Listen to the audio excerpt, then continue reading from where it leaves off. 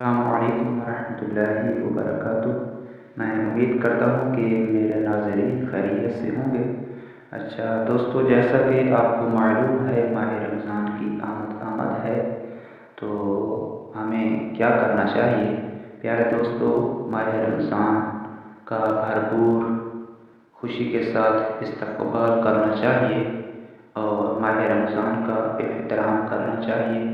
احترام سے کیا مراد ہے کہ جب ماہ رمضان آئے تو ہم کمر کس لیں کہ ہم نے روزے رکھنے ہیں، ہم نے تراویح پڑھنی ہے اور ذکر و اذکار میں اپنا وقت گزارنا ہے، نیکیوں کے کاموں میں اپنا وقت گزارنا ہے۔ ہمیں فضول وقت نہیں گزارنا، نیکی کے کام کرنے ہیں۔ اگر ہم نیکی کے کام کریں گے تو انشاءاللہ ضرور اجر پائیں گے۔